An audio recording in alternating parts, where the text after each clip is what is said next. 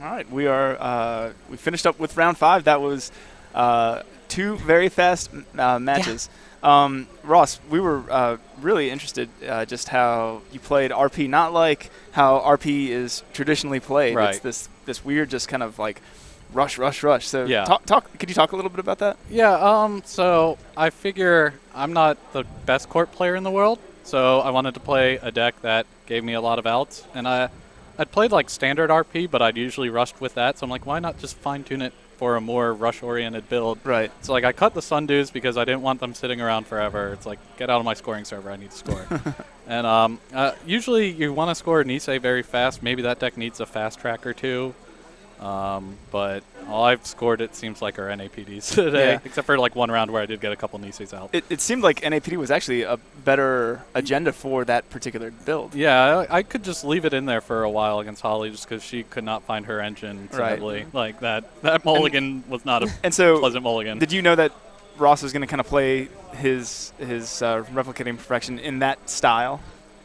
I didn't expect it to be quite as fast, but I knew the first was in an APD because he celebrity gifted. I knew the second was in an APD, and I'm just like, okay, I gotta think of a different answer here. Yeah. Because we pulled up your deck list, and I was like, well, you have answers to those things, but it just seemed like the time crunch just kept getting smaller and smaller for you, and that even when it went so much faster than I expected. Yeah. It was really interesting, and so I guess I could only imagine if you kind of felt stuck. Yeah. Very much. Yeah.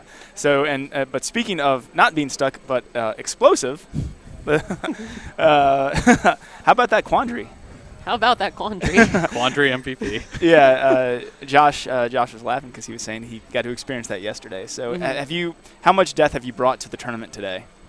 Today, actually, that's usually my substantially stronger deck. Right. And today, that is the second time it's won. I've runner split 3 of my games. Really? Okay.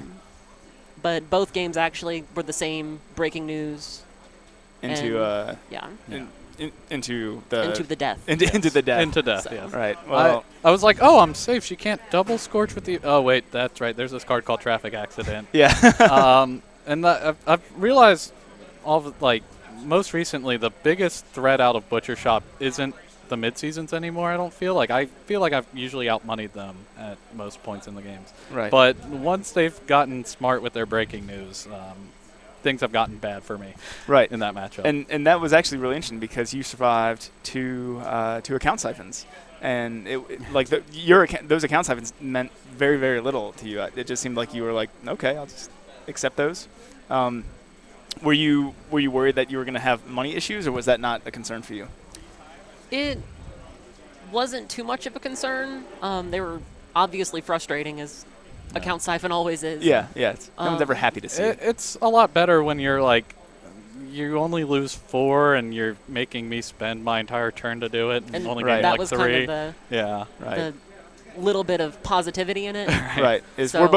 You're making me poor, but if you decide to hold on to those tags to keep your money, then you've done like half my job. I had 3 scorches in hand from the start. So okay. Mostly those siphons were just to keep me in the game at that point. I no security testing, no desperado. So it's just like, well, I'm pretty sure I felt like it was Data Raven. That's what it always seems to be with Butcher Shop. Like I know back at regionals there were 2 or 3 times where I would my first turn involved getting a fairy out.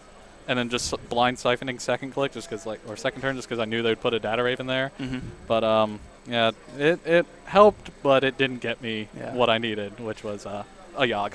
Right. Well, you guys, this is an incredibly competitive group of players, and so the bubble is huge. I don't know how things are going to turn out, but you guys, it was really fun watching you guys play. So thank you so much for being on the camera, and been a very fun tournament. That's for sure. It has been a lot of great players. Great. So thank you guys, and we'll see what happens after the round finishes up.